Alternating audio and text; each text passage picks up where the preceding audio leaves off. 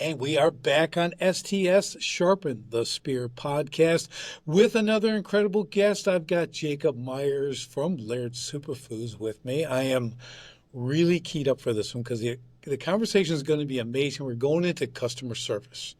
Okay. Not a sexy topic for a lot of people, but we're going to make it sexy. It's going to be Yeah. awesome. You're going to learn a ton of stuff. We're going to have some fun with this. So, Jacob, as we always do on STS, no one knows Jacob better than Jacob. Give us a little backstory, bring us up to speed, then we'll get into our conversation. Yeah, I appreciate you having me on. It's going to be an exciting chat for sure. My name's Jacob. I'm working at Laird Superfood right now. I've been with them for the last 5 years and super excited on the brand and where we're going.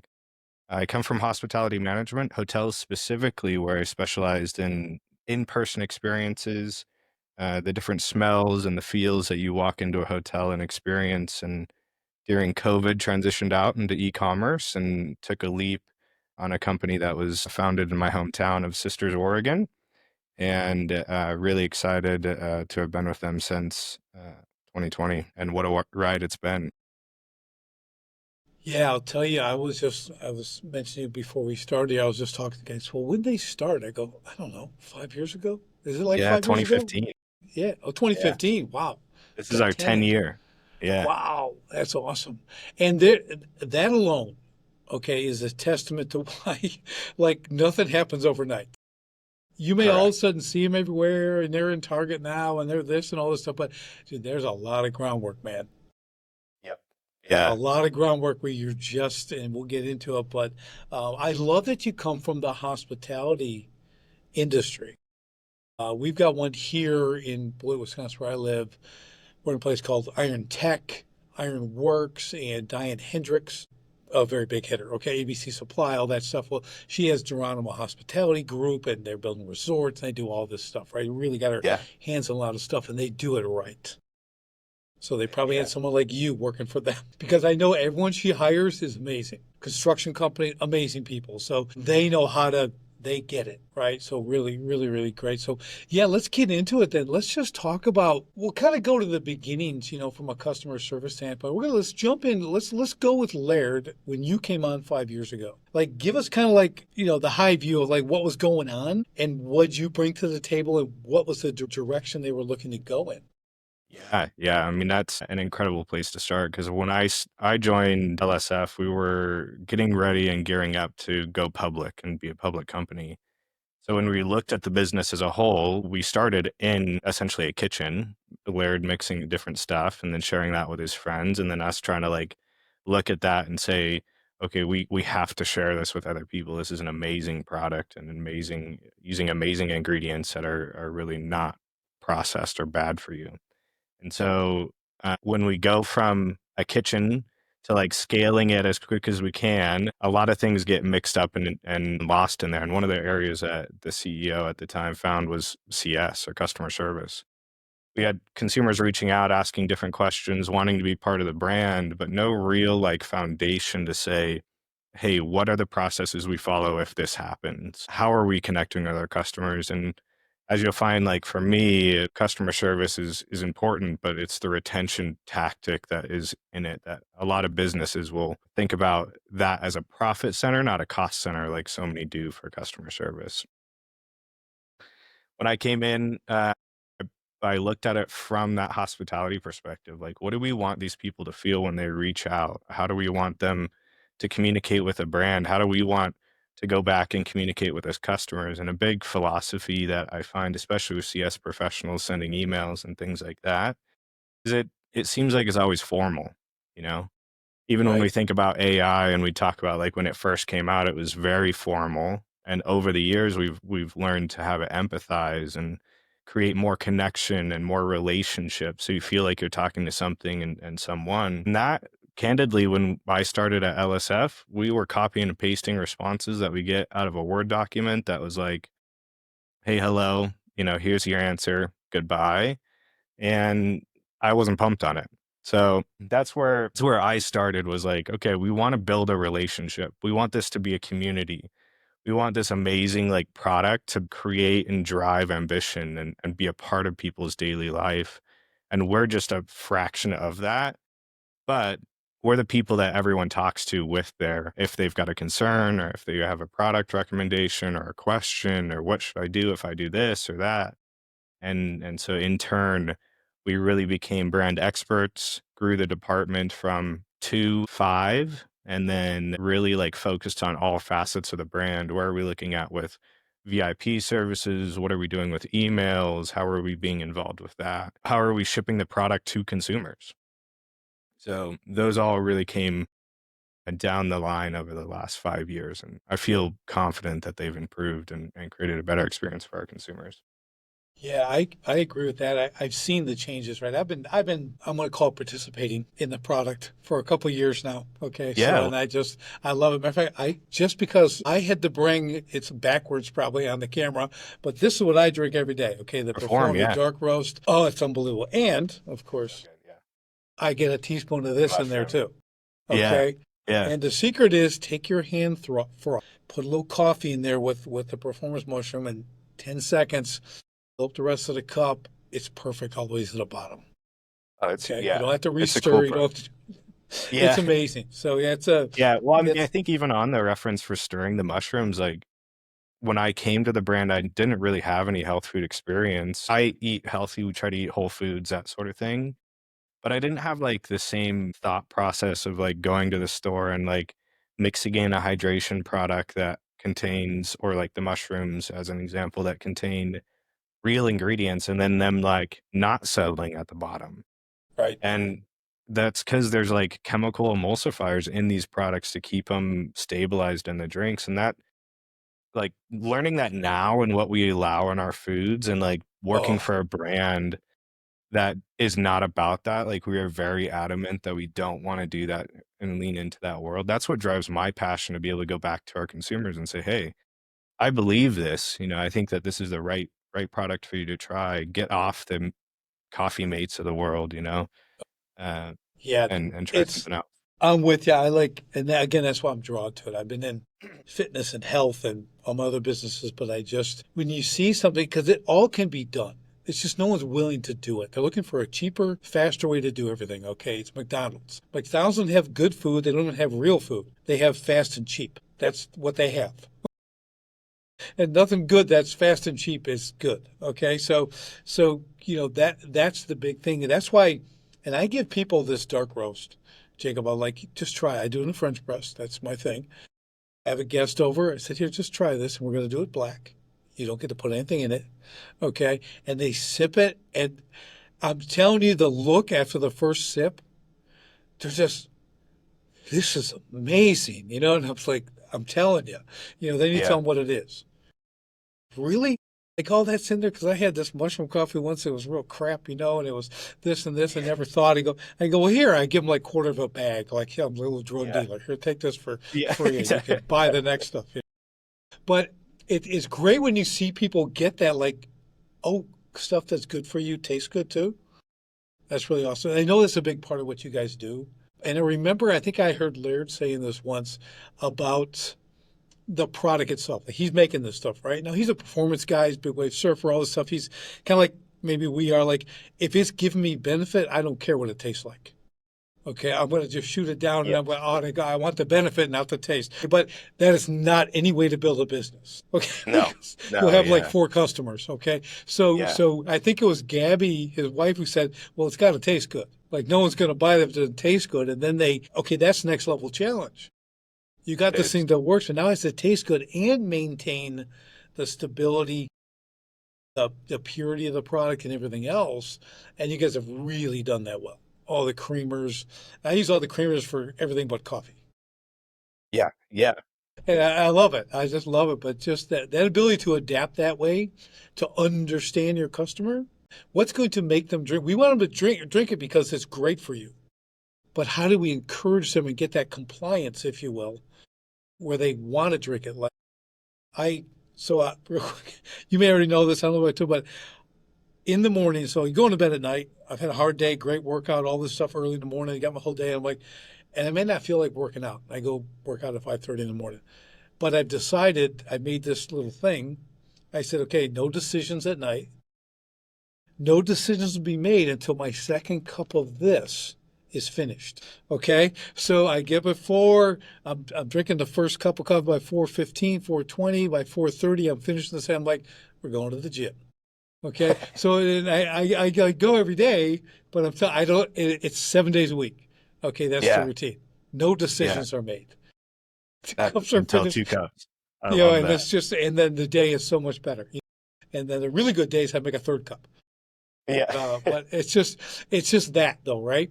And I think it's really important. And the other thing, just on that, Jacob, and you know this because you guys had a pre-workout, you had the super Yeah. adaptation and drink mix, and it was the greatest thing I ever had. Okay, I've been working out a long time, and I just loved it, right? So every day I was just, I'm keyed up going to the gym, and I think workouts are great, and there's no buzz, there's no any weird crashes, or it just was an amazing product. And then it's like all of a sudden I can't get it, and I'm Yeah. like, emailing you like, dude, what's the deal? I can't put it in a subscription. That's not a good sign. If I can't put this in my subscription, this is not a good sign. So sure enough, they discontinued it because it didn't bother me because I want it for the performers. But I think, and I don't, you can verify this. I think the taste was probably a big 100%. factor on why it didn't go. Right? Would you say Yeah. that was the main reason? Yeah, I mean, there's a lot of products over the years that we've like developed, put into play, and some of them are really led by Laird. Like one of a key products we used years ago was She Legit. Laird's a big fan of She Legit as well. It tastes horrendous. It's probably like top tier grossest ingredient for me, Yeah.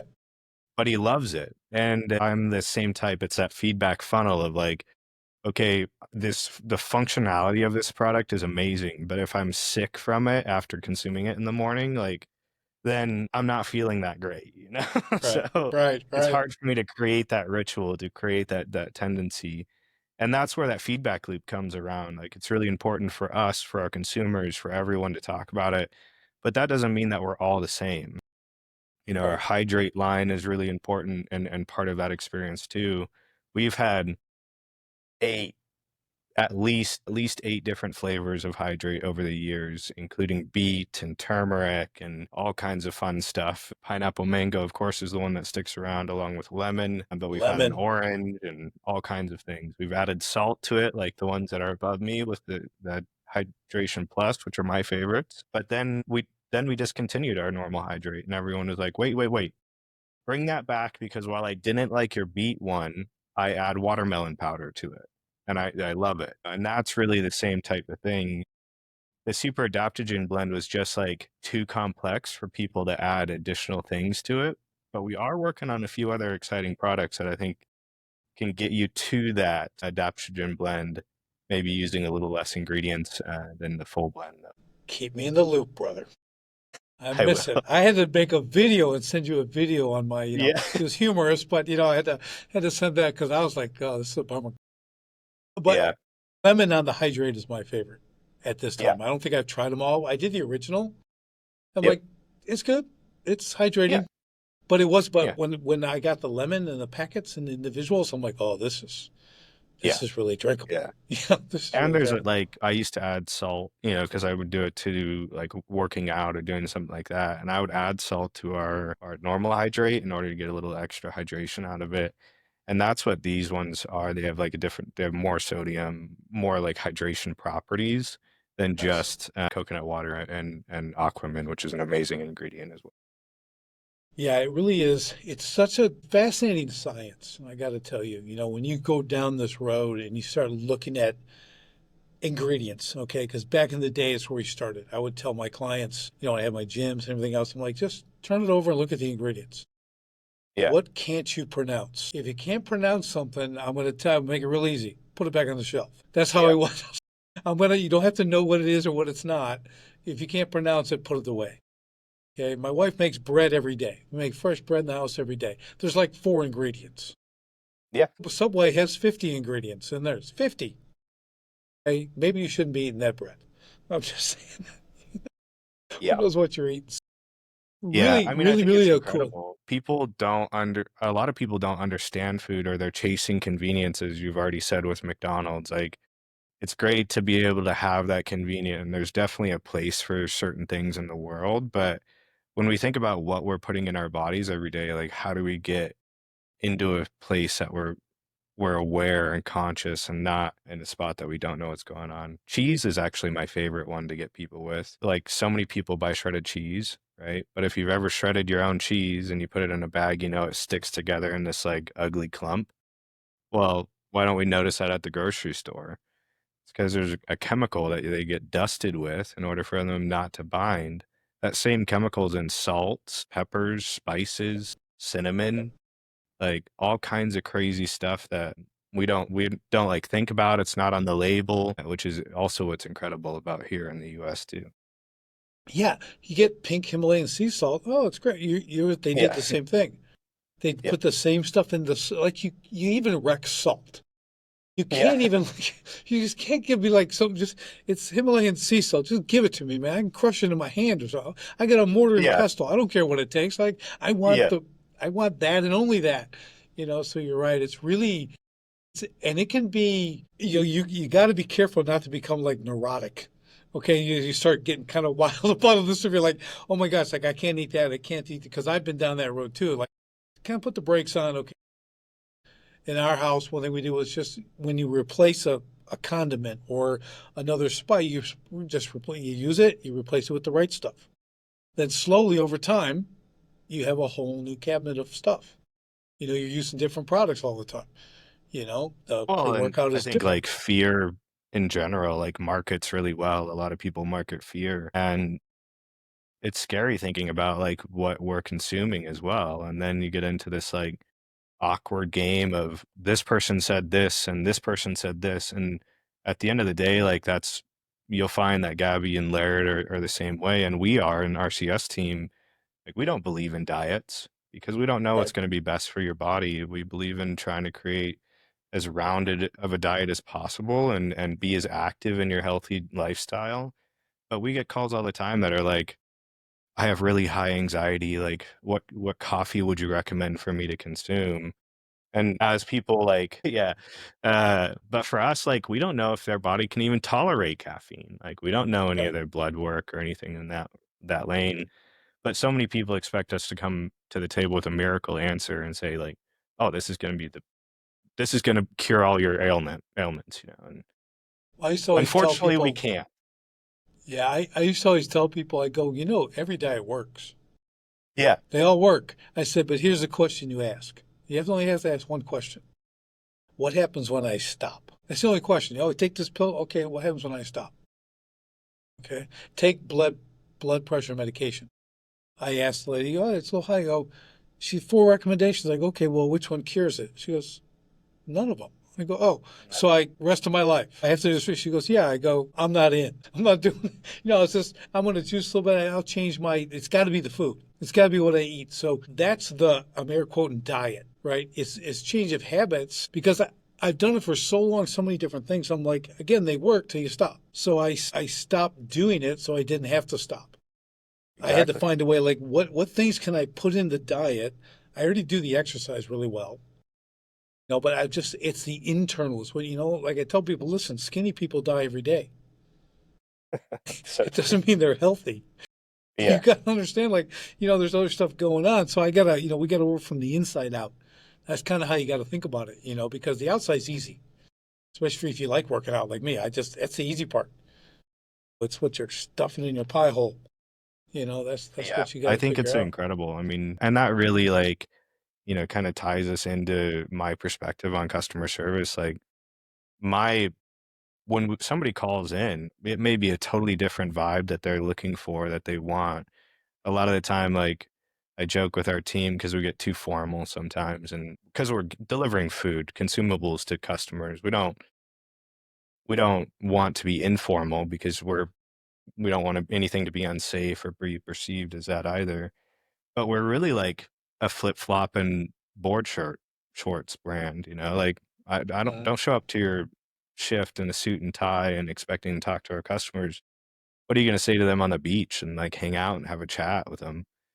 And that really like is my mentality. But there's also people out there that like to have the suit and tie service. So as we pick up the phone or as we answer the email, are we evaluating like the person, the question, how they're asking it, how they're looking for it? And that's the same way with food and people's diet too. It's like Coffee may really work for some people. Some people it may like cause really like bad anxiety or stress, or like they can't function in the morning because they have jitters, and which we always recommend, of course, to a creamer that has a little bit more fat for that caffeine to like come on to then and slowly release over time versus just all at once and immediately. So there's all kinds of conversations we can have, but every time we're just saying, we're not a doctor. This is what works for me. And we recommend you talking to a healthcare professional, finding that like perfect balance for you, and then give things a try. Really, like it's the guardrails that a health professional can set up. And then you have to challenge yourself to like, okay, I have high blood pressure. Maybe I need to have less sodium, work through all these different things that you go through life with. Yeah, I think a big takeaway of that, just that whole little section there, is understanding your customers. Okay. Now you have a range, and when you're dealing with food, very different than if you're in, like, a lot of my industry is home services. I'm coming to fix your toilet. Okay. We're not having, how many times a day do you use this thing question? Well, we Yeah. might, if it's a toilet, it could be. But at the same time, you gotta really understand who you're talking to. And with you, you have a variety of people. And it has to be challenging, like you said. I don't know if you know, you're interpreting emails, okay, which is like, I guess the AI now is possible, because it's like, when you get the text and you totally misinterpret it, and you think they're all mad at you, and 100%. they actually are in love with Yeah. you or whatever. Yep. Matter of fact, funny thing, and I'll use you guys. I did a review for one of the products I tried, right, about the coffee. And I'm like, yeah, I used this formula, and now I'm ruined for all of their coffees. Like that, right? So that was my thing, right? It's funny, right? I'm like, hey, I love your product so much I can't drink any other coffee. But one of your customer service guys like reached out to me via email and goes, I'm really sorry you had this experience. I'm like, oh, you're not, no, dude, I love it, man. It's all he goes, oh, I totally read that wrong. I'm like, okay, see? So it's this kind of stuff that can happen. But I love that you reached out. That they Oh reached yeah. out, even misinterpretation or not. It's like, and this was just a review, like throwing out All whatever. we're You don't doing even is ask trying for to a like review. make sure we understand it right, and Right. it's the same. It's asking questions. It's getting to know people. It's creating conversation, not just being an answer bot, and that's the reality of it is I don't think it changes much if you're creating, at least in my experience, if you're delivering keys to a customer for a guest room, if you're a contractor and you're working with an individual for a bid, or you are giving somebody a consumable to enjoy. All of those things are like creating a connection in a relationship. In society, we're like trading different services for each other in life, and that helps create that connection. But then what's the relationship, that sense of community that comes out of it? That's that reliance of like, hey, he fixed my toilet today and he was super nice about it. And he wore like, didn't track a bunch of mud through my That's it. house. That's it. All of these things, that's what service is. It's not just, answering a question that somebody asks. Yeah, what we do is we teach, and I encourage my contractors with their custom home builds or whatever. I go, we just our own little, I didn't create the term, obviously, a world-class experience. That I don't care what you do, because I always tell people, Jacob, if I have kitchen remodelers and I have 5 different kitchens after pictures, they look beautiful, done by 5 different contractors. Okay, go talk to the homeowner.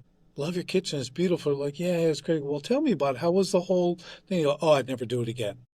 Yeah. Never. Right. The whole thing was just dirty, and they wrecked this, and they're on time, and the music and the swearing and the whole thing, right? They never complain about the end product, virtually never, because everyone Yeah. can pretty much end up with the right thing. But it's the experience. And when you build an experience, and I'm going to tie this in with Laird, with you guys, so we were back and forth, and I forgot what I did or whatever, but you sent me like a sample box, right? Like, as a, here's a thank you. You sent me the sample. I'm like, dang, this thing comes in. I'm all excited, and I open it up, and there's the stuff, and I take it out, and I look at it, and I'm like, well, I'm going to send Jacob a picture. So I shot a picture of this thing, right? And here's what I love, and that's what I want. This is what I want people to get from this point, okay? The first thing you said was, oh man, I got to find out what they're doing with the shipping, because that thing, I had like a little crushed box in there. I had a bunch of boxes. The first thing you saw was this dented box. You're like, I got to fix that. Okay. That's what I'm talking about. That's a level of customer service. And like we're communicating and you're telling me this stuff, right? And I didn't get to tell you why I think it happened. Do you want to know why? I don't know if you ever figured it out. But I think I Yeah, yeah. figured out.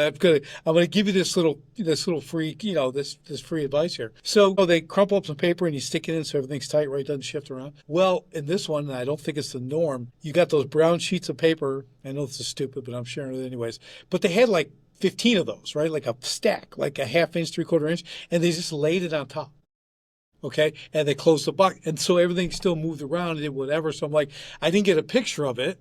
And I should have got a picture of that. I would have this is how goofy I get. Okay, I'm like, I want to help them fix this. We can make this better. I'm Yeah. like totally into it. So, But but that's what you that's get out of a testament to the conversation. right. But that's a testament to the raving fan status. Like, Yes. dude, I'm going to help you make this even better because I like it so much. We'll make it even better. But But that's granted, we're not anybody without our customers, and that's what's the most important part for us is like we want that feedback. We want people to share like, hey, I think you should bring back the adaptogen blend. Like all these things, those fuel decisions that we make later on down the road. And that's that second part of service, and that experience cycle is making sure that we're listening, making sure that our people have a voice to tell our leadership team, like, hey, this is what our customers are saying. We want to like do this for them. We want to fix that experience in the yeah, unboxing. The yeah. dunnage like was an issue and we fixed it. Yeah. Yeah, it's an email today that I received, okay, from you guys is the CEO bringing all those bags that were restocked, right? Because you had shortages, like everybody's dealt with for years, right? So, but it's that constant communication, okay, of what's going on, what you can expect, what we're working on. Then when it happens, we let you know. That's something a lot of people overlook. They really do because they don't understand, like, especially if like a big part of the business is subscription, right?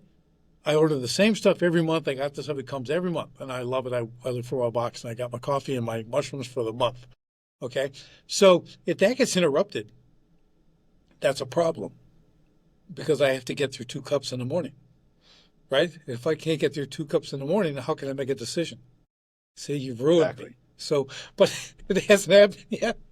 And But we don't want people to feel like they have to have a back stock either. Like, oh, it's got to be like, right, I got to have 3 months on the shelf because I don't know if they're going to ship. yeah, It's as much as we ask our consumers to create a daily ritual, we also need to be able to supply that. And that's been a big part and a big challenge, like with our growth. It's like we've had a really steep climb, and especially in the environments that we create, like really working with small like vendors we know to deliver an amazing product versus trying to do some Nestle of the world type thing. right. And that's You don't really want that. like no, no.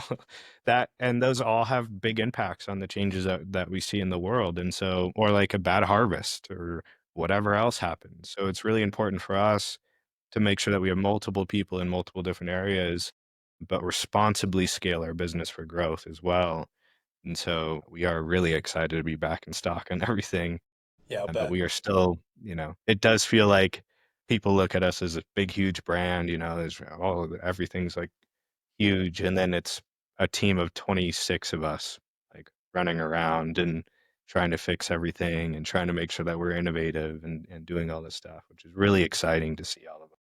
I got to tell you, to me, it's very encouraging because I work with small to mid-sized businesses because I have to have, and again, I'm talking from an advisor standpoint, I need to have agility in a business to make change. If they're too big, there's just nothing. I mean, it is just meeting after think about it, talk to so and so, and I'm like, this would all be fixed by now. Like I'd be on Yeah. to the next thing, but I can't. So I have a great appreciation for that to do something. Also, on the flip side, to be perceived as a really big brand, that's Yeah. another accomplishment with a handful of people. That's amazing. And I think so. Talk about that a little bit, Jacob. So we know, like, we've heard great customer service, right? You're really good. You focus on that. And I know this is getting a little bit of marketing, but at the same time, like, And I was talking to a gentleman this morning, again, before this, talking about personality brands, right? You got a personality brand, you have your other marketing, you got a health brand, you have these combinations. When I look at this product, when I look at the products from Laird, I'm like, okay, well, it does have the guy, it's got Laird. Gabby's really cool. She does cooking, so she does all, she's obviously a very accomplished athlete, volleyball player, everything else. But you look at that, and go, okay, there's the personality brand, but it's not driven 100% by that. You know what I mean? So talk about like how you got the balance, because that's the amazing thing, because people come and go, Yeah. right? The brand's going to have to live on, right? And I'm not, Yeah. I hope they don't come and I hope they don't go, but I'm just saying, like, Yeah. from a business standpoint, this matters. Yeah, I mean, I think like it's important for us to show our founders, but we don't want everything about the brand to be our founders because it's not. It's not just them consuming the product. It's you. It's our hundreds of thousands of other customers. Like they're out there creating lifestyles, building that experience, and in turn, building their own brand that is with us. Their own relationship, their own everything. And that's what's really important. So as we've grown, we've had those conversations to say, like, are we leaning too much into Gabby and Laird? Like, or should we lean back a little bit and allow them some space? Laird and Gabby are great partners in that, saying like, hey, I need a week off. I'm gonna go surf, like, Yeah. and that allows us to be like, okay, maybe we don't shoot 7 videos of him this week. He needs time, he needs space, and that's really like the same type of thing. All of our friends that we have relationships with, if we lived with them, we saw them every single day, we're gonna be like a little bit tired of them.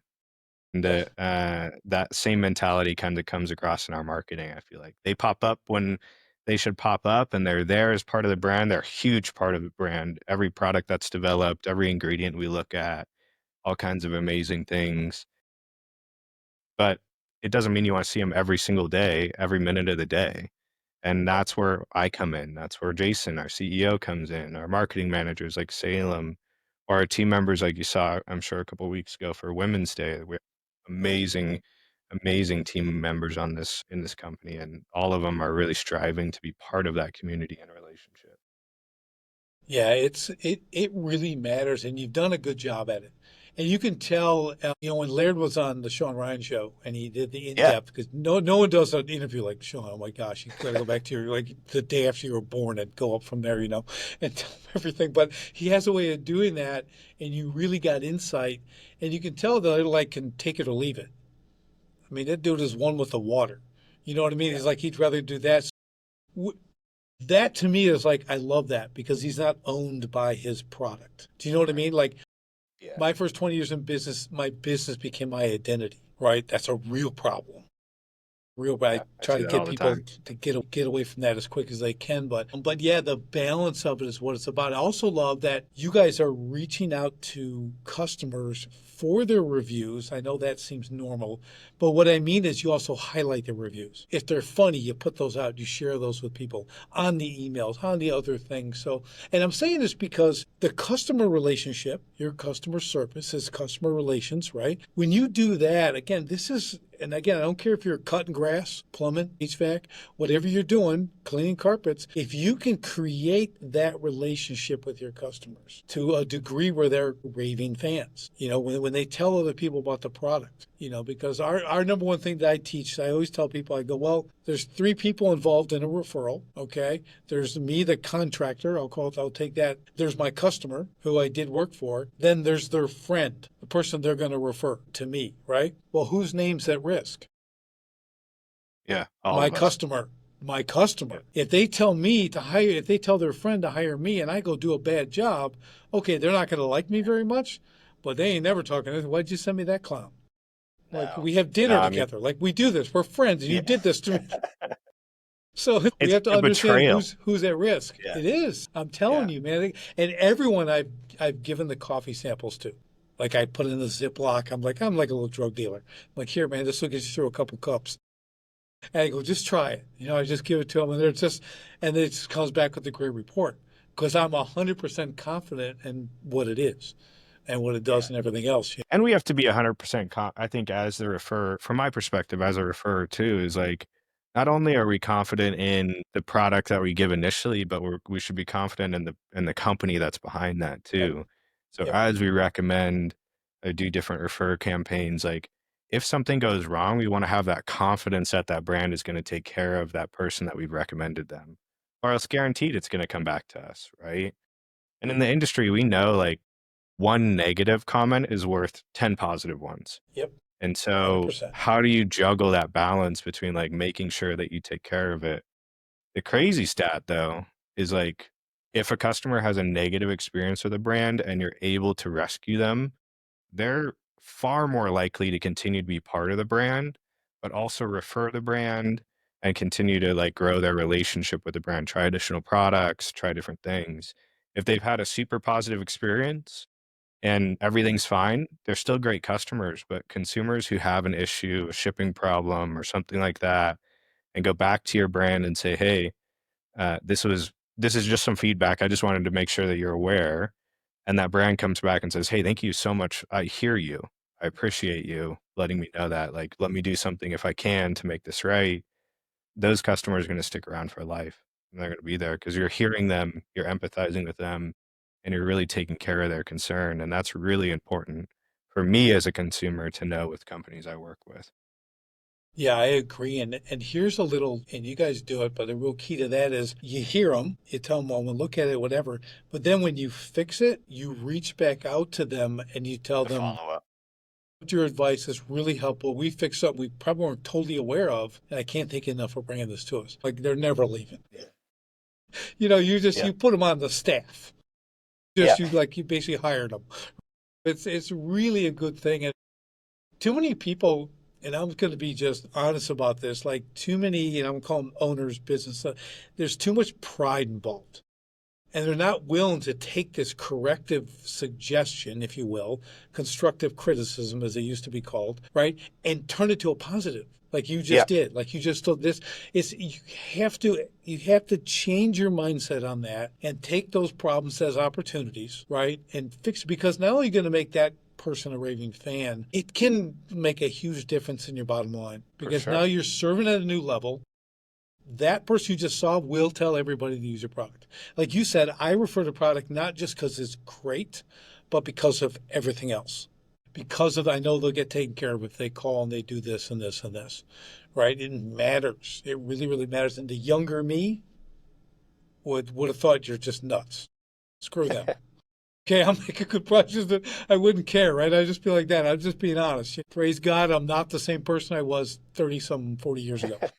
But now I get to see it from all sides because I work with so many different businesses and I really get to see this customer service experience on all different levels, good and bad and horrible and maybe going to get there. Maybe they'll be out of business before they get there. I don't know. But it's like, you're really looking at going, this has to be a cornerstone of your business. It really does. Yeah. I mean, I think if I could give advice to somebody, it's like just begin with creating a relationship. And if your friend comes to you and says, "Hey, this bad thing happened to me," at some point you want to be like, "Well, tell me about it. Like, let me hear about it." And then you try to help. Like, come by your house, then I'll help you load up your fridge that broke, and like, no problem. We'll go have a beer after. Like, don't stress about it, dude. And that to me is like that's the same amount of customer service that we give our customers in that way is like, what's going on? Like, how?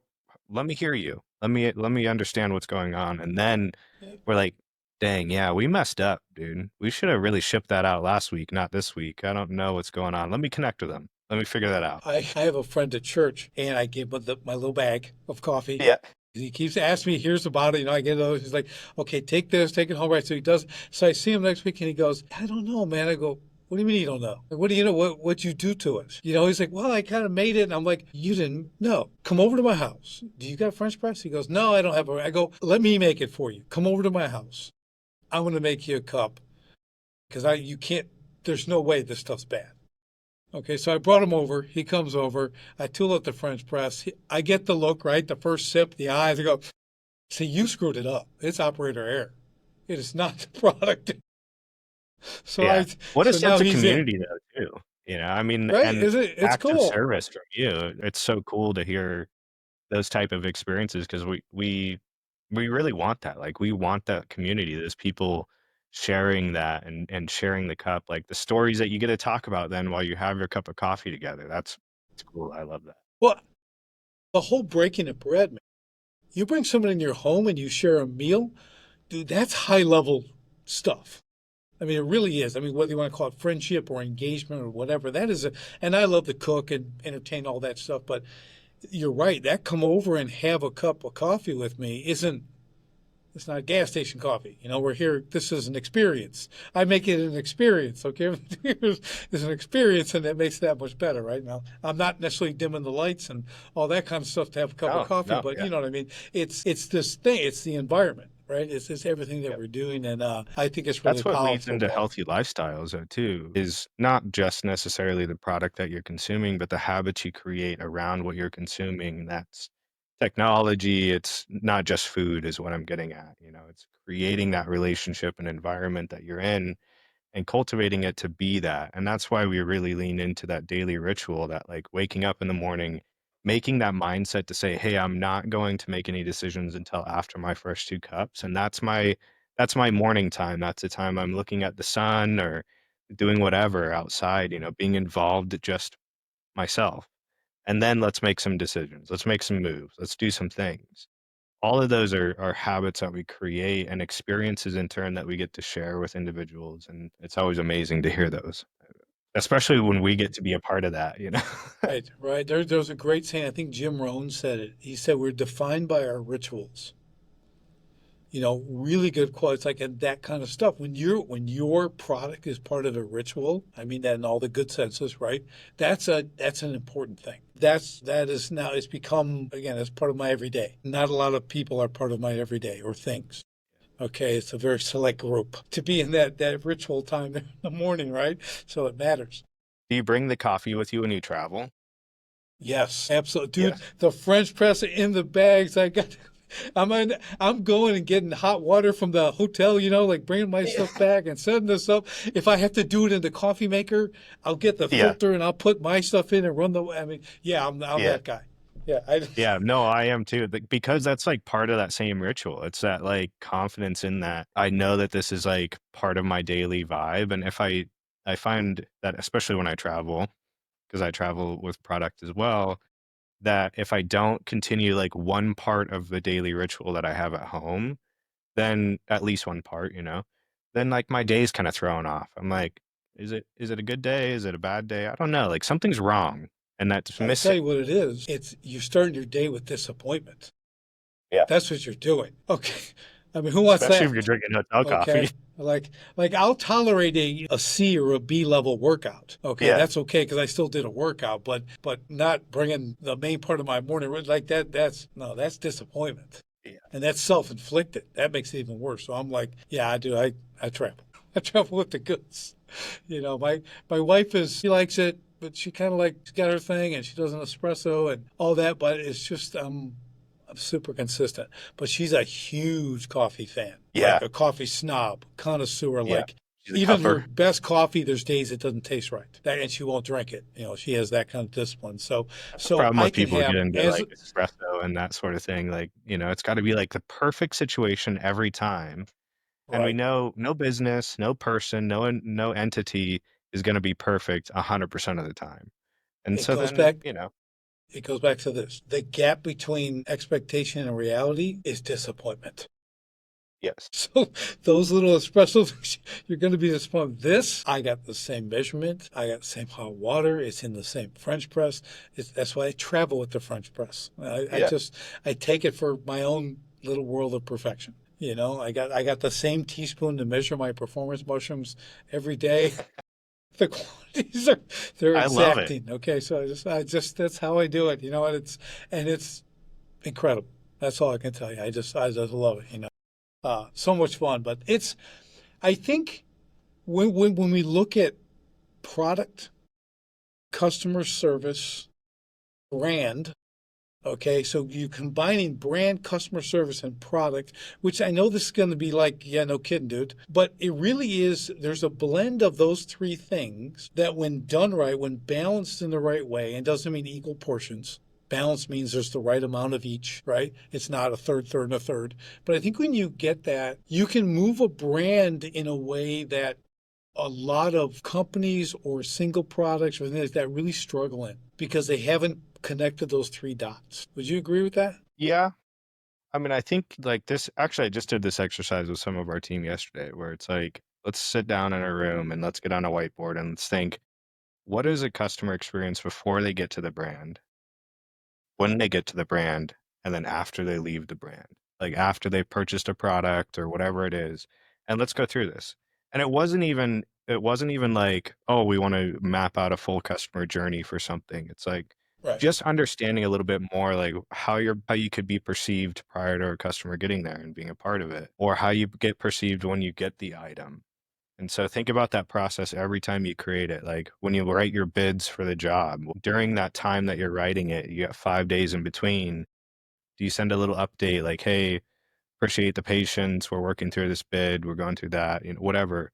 Or is it like nothing, Or do you tell your customer like, hey, I'll get that bid back to you in 7 days, and you get it back in six and you're like, hey, just wanted to make sure you had this in your inbox. And then that follow up and that work through. So really like mapping out that customer journey is going to be important for any brand. And so I guess yes is probably the answer. I agree.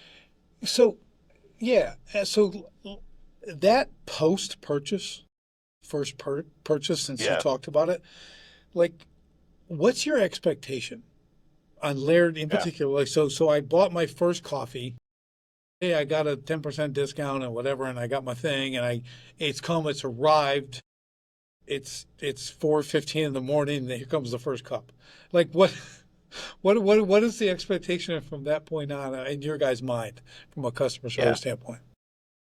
Yeah, there's a lot that you could go into and digest from that, right? Because it's like, at what point does that customer come in to the top of funnel from? And are they like coming in as just like they saw one Gabby Laird post and the guy loved Gabby from high school and he's like wants to try a product, which we've seen before. It Right, sounds right. weird, but we've seen before, and so they're like, that's their only relationship with the brand. They're not looking for a healthier lifestyle. They don't care about like specific ingredients or anything of that nature. They're just looking to try the product.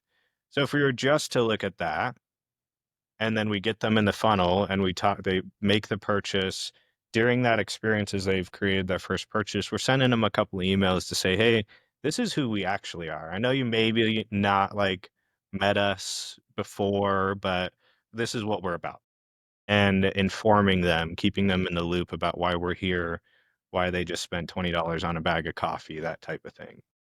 When they get that product and they try it, we really want to look at a flow that is like, create a 7-day ritual, build that relationship, work through that momentum of not just like the daily greens are a great example of that. Like if you can, or the mushrooms, if you consume that product daily for like 7 days or 21 days, as we know, makes a habit.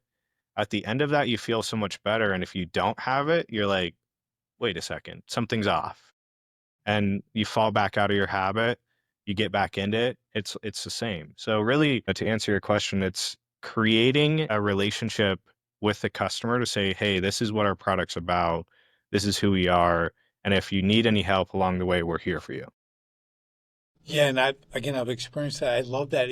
And I'm a coach. That's coaching. That's what that is. So you're coaching, you're bringing about, you're teaching, you're educating, you're engaging, you're educating, right? Then you can throw in an offer. We have a thing called the conversion equation. It's interrupt, engage, educate, and offer.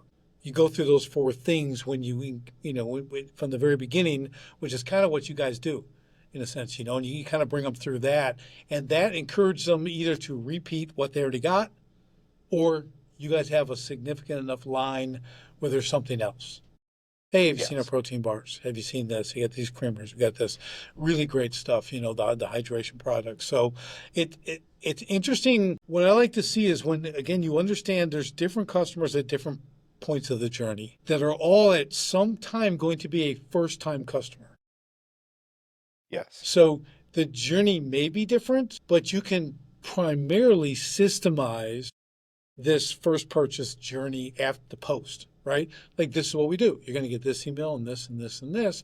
And the guy who's like into like the health stuff, it's just that much cooler, and I'll get more. And yeah, the stuff tasted great. It's definitely confirmed a high value, product. Everything else, I'll get more. Easier to convert is what it Exactly. is. Exactly. But even though the first timer, who again, like you said, is maybe not doing it for health, but Yeah. everyone has some level of health awareness, even if it's bad health. Okay, Yeah. they have an awareness. It's like, I'd rather get someone started on good coffee that's actually good for them, because I'll tell you, Jacob, for me, when I got into this, I started thinking, I'm getting a little older, and like I'm staying fit, I'm working out, I really like that. But you know what I didn't seem to have control on? My mind. Like, Yeah. I don't want to lose that. Like, how can I nourish my brain? How can I not have Alzheimer's or not have dementia or whatever? Like, I don't want that. I just become a burden. Like, I don't Yeah. want that, or to my family. So I started looking into the mushroom stuff and doing this. I'm like, I can add that. That's really fascinating. So I did some research. Then I'm hearing about stuff like, I'm going to get this, and I will tell you. Now, I'm no doctor, Yeah. but a couple of years on this stuff, and I know people can feel different thing in days, but like, it works. From a cognitive standpoint, man, this stuff is good. I'm sharper. My wife doesn't call me quite old man so much anymore. She's a bit younger than I am, but I'm like, I'm there. Not that I was going off the rails, but I didn't want that to happen. Man, if I could get that in this coffee, and have that every day, and it's not a chore, it's part of my ritual. Like, that's the amazing thing, right? That's part of a great experience. And Yeah. for I mean, that's longevity, like it's what's amazing. incredible is if you create those things, though, then a lot of the rest comes along. If you create the habit to go to the gym, and do that, then a lot of other things in your life kind of come through that. Or just working out, going for a walk, getting outside. A lot of people like have trouble just getting outside. And that's really like the challenge, I think, as well. Just create something that makes you feel a little bit better today, and then it will be even better tomorrow, and even better a year from now, and even better 5 years from now. Do things that invest in your future, not just in the moment. Yeah, and I think with stuff like this too, and food in general, well, quality food, like anything, consistency is where the victory comes from. If Yes. you do it 3 days a week, or you do it 5 days a week, or 7 days a week, like I tell people about my sleep, I wake up at 4 a.m. 7 days a week. I don't sleep in on Sunday. If I do, it's like 4:15. I go like Yeah. 15 extra minutes, but I don't use an alarm. I don't need to, because I'm rested, I'm consistent. My body knows when to wake up, and some people think that's nuts, but like, it's routine, it's ritual, Yeah. Well, right? some people are like morning people for sure. Hello, that's me. Get up with the sun, get up before the sun. I'm kind of the like get up while the sun is coming up person. It comes through the window shades, and I'm like, Yes, yeah, I it can, lifts you. It lifts you out of bed. The sun lifts you out of Yeah, bed yeah, as exactly. it comes over the Exactly. horizon. Yeah.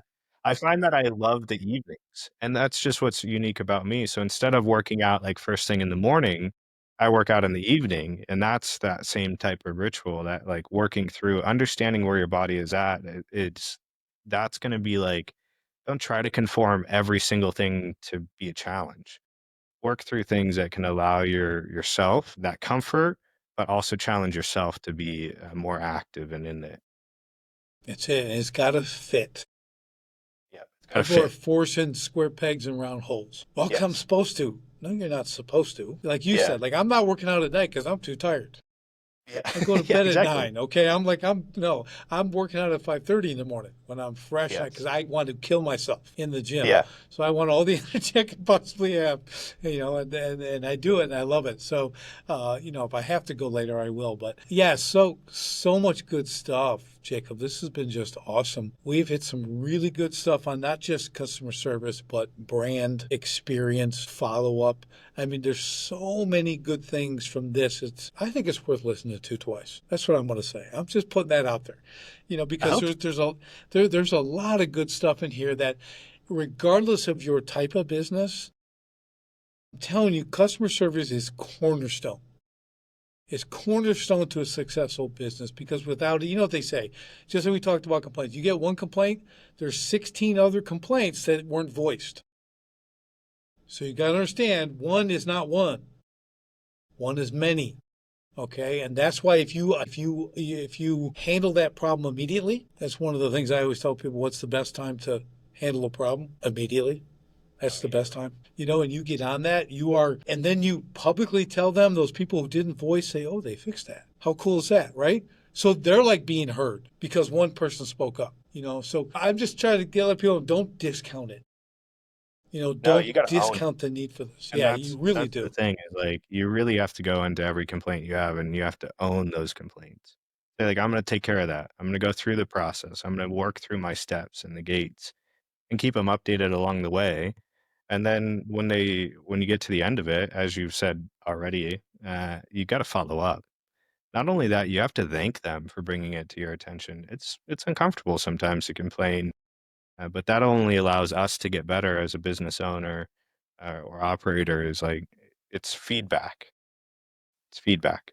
You have to Don't take it too operate personally. You know. operate at a level of humility.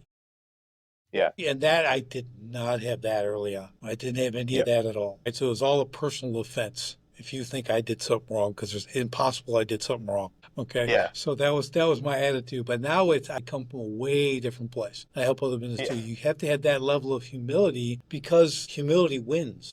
Yeah. It wins way more than your pride ever will. And you get feedback you never could have got if you didn't have that level of humility. Because Yeah. I people, think like I think one of the like most impactful stories for me was when our designers go to school and they do all this fancy stuff and they're way more artistic than I am. And they go through that. And during the course, they make them draw like a figure, right?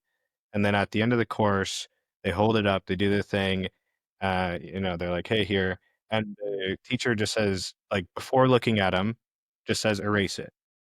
Doesn't give any critical feedback, doesn't do anything, just erase it and then draw the same thing again and come to class tomorrow and we'll look at how it's improved. And they do that for like the full week. And that allows you to not take the amount of work that you put in that one design too critically. Like it's just it's just a cow that you draw for a brand, right, right? Like it's just this. And if the brand comes back and says, well, I want the horns on the cow to be bigger so it looks like a bull, and you're like, "Oh, okay. I thought you said a cow." Right? So right. it's that critical it's just taking the feedback and being like, "Okay, I hear you. Thanks. We'll do that." And then moving on from it and bettering yourself because of that feedback. Because no feedback is truly like something that you always have to do. Make the decision, weigh the feedback options, look at the metrics and decide from there. Yeah, Don't great decide on just advice. one person telling you you're doing a bad job, which I Yeah, see a that's for lot. sure. Yeah, that'd be like your Like, what mother about the or 10 other something. people that told you you did great? Right, exactly. The Yeah, tile was awesome. It lined up great. yeah.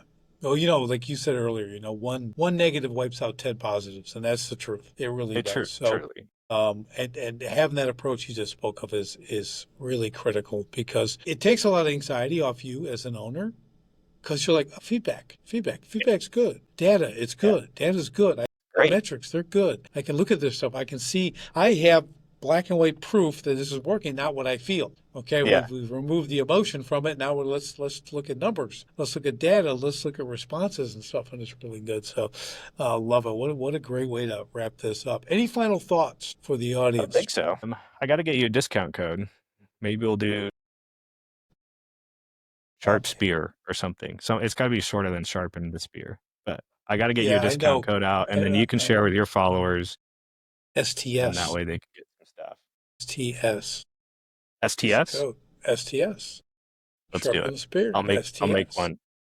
Love We'll it. get that Okay. out over to you, and that way some folks can try the coffee. My favorite's, of course, the adaptogen creamer. It's a good one. But that way, when you give them your little drug baggie, you can put like a little slip in there that's got like the promotion code and be like, hey, if you need to buy your own so you stop using mine. See? This is amazing. This is what I'm talking Yeah. about. Yeah. Now But my I'll get that. podcast has hit the moon. Now I'm at the moon now. Me and my 12 listeners are going to kill it. We're going to drink some coffee. This is going to be I hope so. amazing. This is going to be But I want great. to make But sure that your listeners get a little bit of benefit too, especially for hanging out with us and listening to me ramble for the last hour. So I really appreciate you having me and let me know if anything else comes up. Yeah, I love having it. We didn't even touch on a lot of the stuff we were going to hit, so that's just the joy of, well, sharpen the spear. We can go. We go deep. We are not one-trick ponies. We can do it all. But thank you so much, Jacob, for the time today. I've been really excited about this interview. I can't wait to get it out there. And everybody listening, just Laird Superfoods. We'll have it in the show notes. Everything else, discount code, whatever we get, it's going to be there. Everything's great to have a discount, but if you don't have it for some reason, get it anyways, because it's not going Yeah. to matter. It Always doesn't change subscribe. the Just taste. subscribe. You Yes. get 20% off. Yeah, yeah, absolutely. And they do have great email sequences, and you can choose your levels of emails, like how much you want to get. Can you guess I'm the all things Laird email sequence? That's me. Because remember, you can always Love not read them. It doesn't matter if you it. get Yeah. them. You just always not read them. So, so that's just where we're at. But this has been fantastic. And everyone, again, look forward to talking to you and seeing you on the next STS podcast.